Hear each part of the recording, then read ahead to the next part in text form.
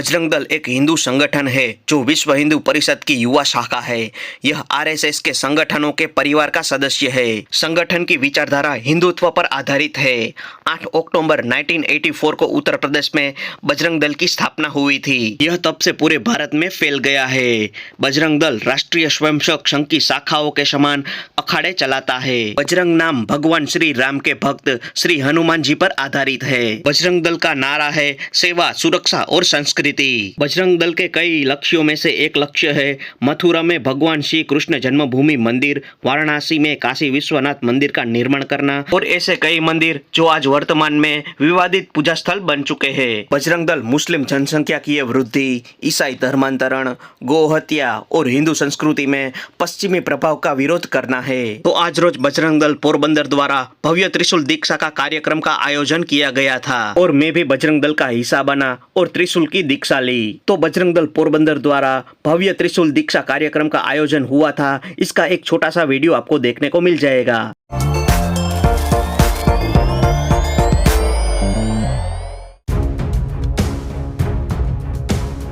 तो आज रोज पोरबंदर बजरंग दल द्वारा भव्य त्रिशूल दीक्षा का कार्यक्रम का आयोजन किया गया था और मुझे भी बजरंग दल में ज्वाइंट होना था। तो आज मैं पहुंच गया था पोरबंदर में बजरंग दल द्वारा आयोजित त्रिशूल दीक्षा में। तो इस वीडियो में आपको आगे भव्य त्रिशूल दीक्षा का कुछ फुटेजेस आपको देखने को मिल जाएंगे।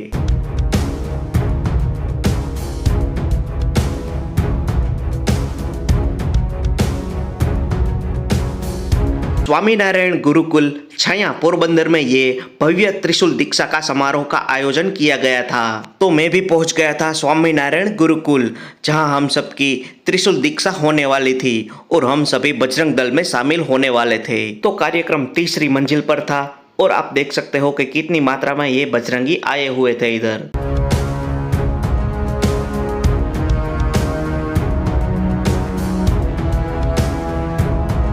तो उसके बाद मैंने बजरंग दल में शामिल होने के लिए फॉर्म भरा और उसके बाद आ गए थे हम कार्यक्रम के हॉल में, जहां हम सभी का भव्य त्रिशूल दीक्षा का आयोजन किया गया था। तो आज हम ऑफिशियली बजरंग दल में ज्वाइंट होने वाले थे और हम सभी होने वाले थे बजरंगी।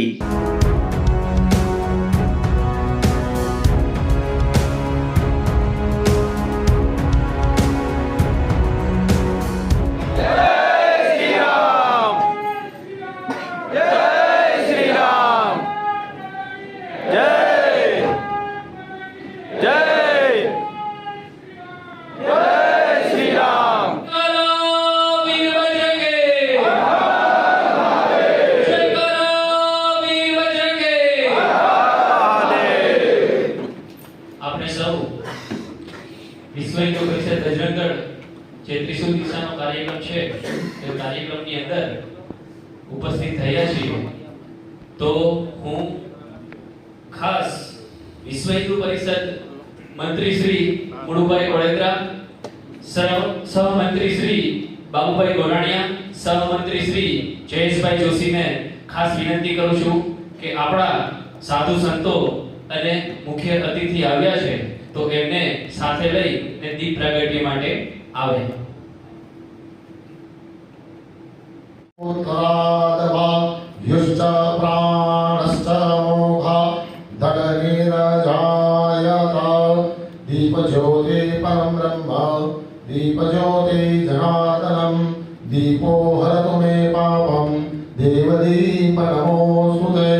શ્રી રામચંદ્ર ભગવાન કી જય। हनुमान जी महाराज की जय। जय श्री राम, जय श्री राम, जय श्री राम, जय श्री राम। હવે આપણે સૌ સાથે બ્રહ્મનાદથી શરૂઆત કરીએ।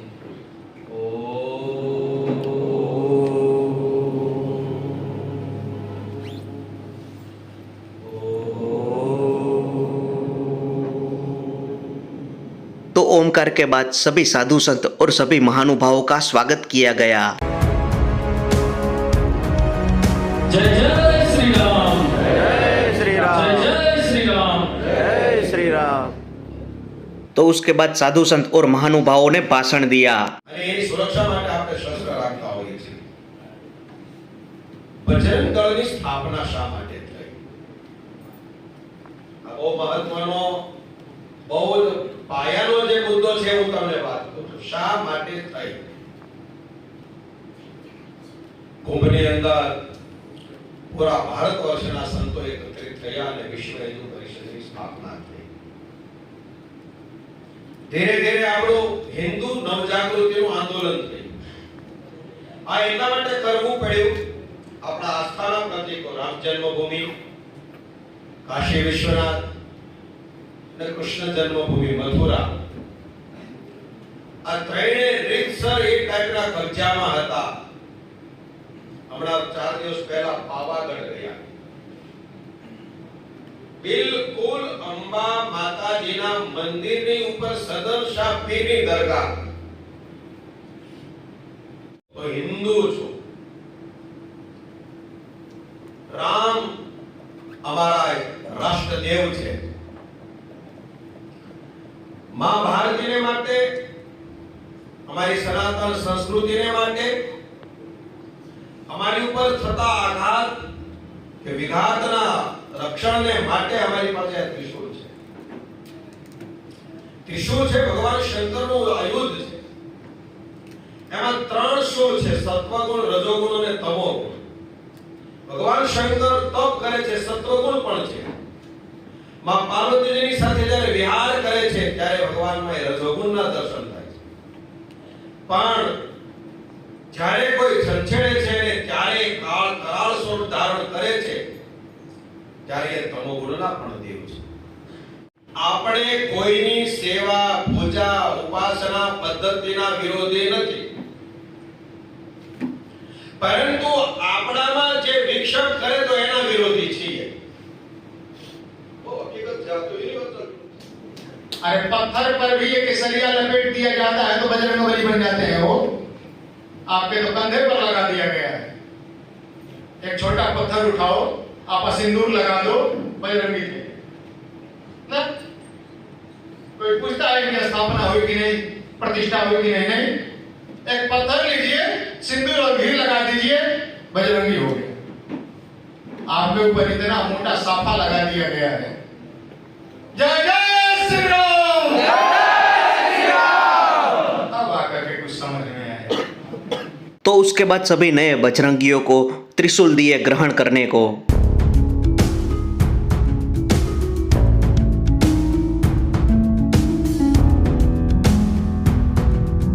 तो ये है मेरा त्रिशूल.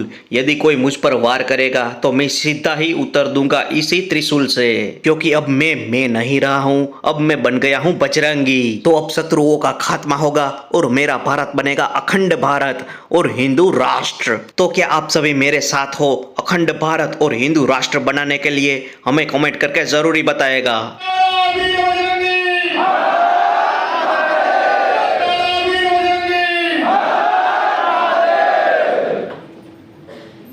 जयकारा सुन करके पूरा रूम खड़ा हो जाना चाहिए हो.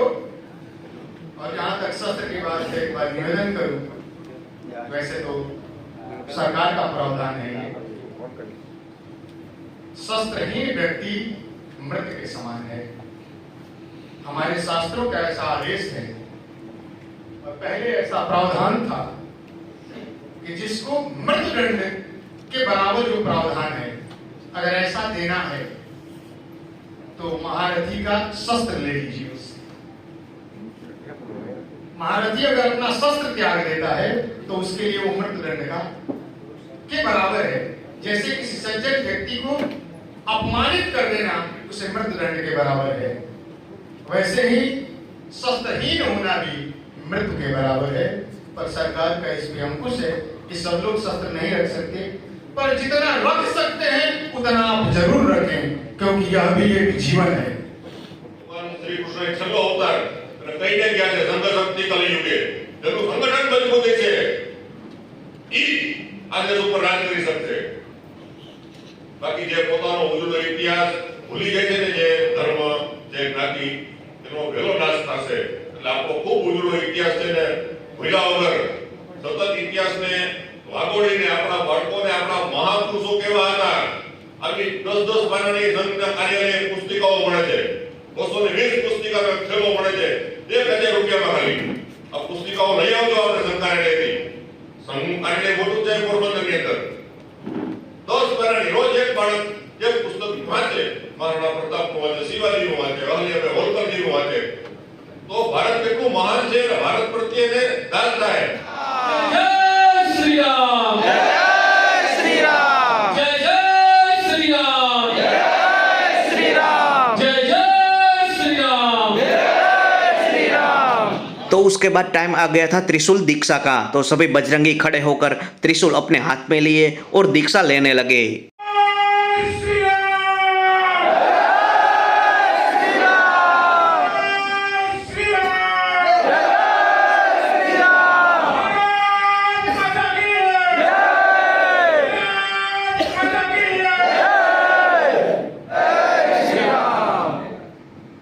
હું બોલતો જાઉં છું, તમારે આ વાત રાખીને બોલવાનું છે. એક હાથમાં ત્રિશૂળ ઊંચું રાખવાનું છે, ડાબા હાથમાં ત્રિશૂળ ઊંચું, જમણો હાથ લાંબો. આપણે શપથ લઈએ છીએ કે હું મારું નામ એટલે તમે તમારું નામ બોલજો અને તમારે ઈષ્ટદેવને તો યાદ કરજો, સાથે હનુમાનજી મહારાજને યાદ કરજો, બજરંગ બલીને. આજથી હું બજરંગ દળના કાર્યકર્તા તરીકે બજરંગની સાક્ષીએ શપથ લઉં છું કે આજે મેં જે દીક્ષા લીધી છે તે સનાતન હિન્દુ ધર્મ ભારતીય સંસ્કૃતિ ભારતીય સનાતન હિન્દુ ધર્મના તમામ આસ્થાના પ્રતીકો, મંદિરો, ગૌમાતા અને રાષ્ટ્ર રક્ષાને માટે સતત જાગૃત રહીશ. તેને માટે હું સમર્પિત ભાવથી નિષ્ઠાપૂર્વક વળગીને રહીશ. મને આજે જે ત્રિશૂળ દીક્ષા મળી છે, જે મેં ત્રિશૂળ ધારણ કર્યું છે, તે મારી પોતાની સુરક્ષા અને મારી મહાભારતીની રક્ષા માટે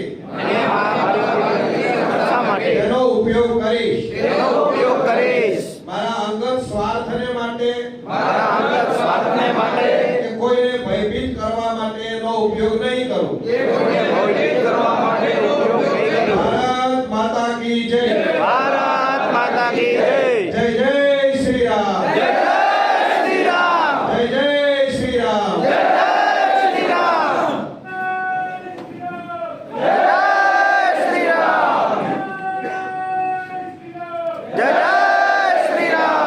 तो उसके बाद सभी बजरंगी स्टेज के पास आए और ग्रुप फोटो खींची।